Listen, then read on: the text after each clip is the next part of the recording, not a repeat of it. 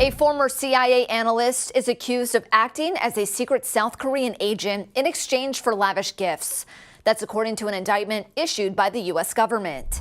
Now a foreign policy specialist, Sue Terry, worked for the CIA and on the White House National Security Council under the administrations of Presidents George W. Bush and Barack Obama.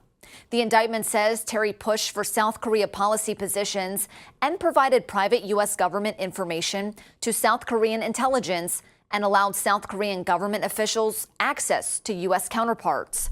In exchange, South Korean intelligence agents provided her with dinners at Michelin-starred restaurants, expensive handbags and clothes, and more than $37,000 in covert funding for a public policy program on Korean affairs she ran. The U.S. claims Terry began work as a Korean agent in 2013, 2 years after she left the U.S. government, and her covert efforts lasted a decade.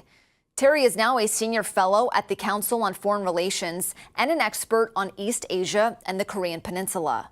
The Council on Foreign Relations put Terry on unpaid administrative leave and said it will cooperate with any investigation. Terry's lawyer called the allegations unfounded and said they distort the work of a scholar and news analyst known for her independence and years of service to the United States. The charges from the indictment include failing to register under the Foreign Relations Registration Act and conspiring to violate that law. South Korea is not a defendant in the indictment. Seoul's National Security Service says it is working closely with U.S. intelligence authorities.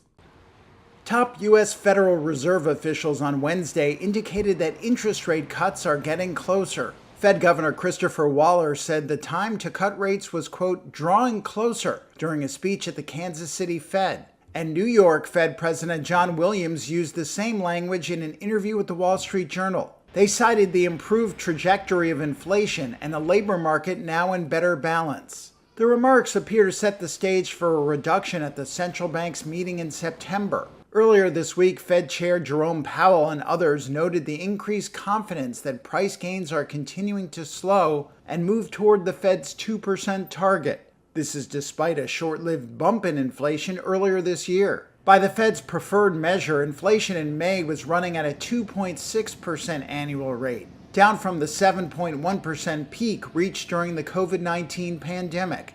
The June data is due next week. The central bank is widely expected to keep its benchmark rate unchanged at its next meeting, which begins July 30th. Markets have fully priced in a cut in September, with 2 more by the end of the year solidly reflected in interest rate futures pricing.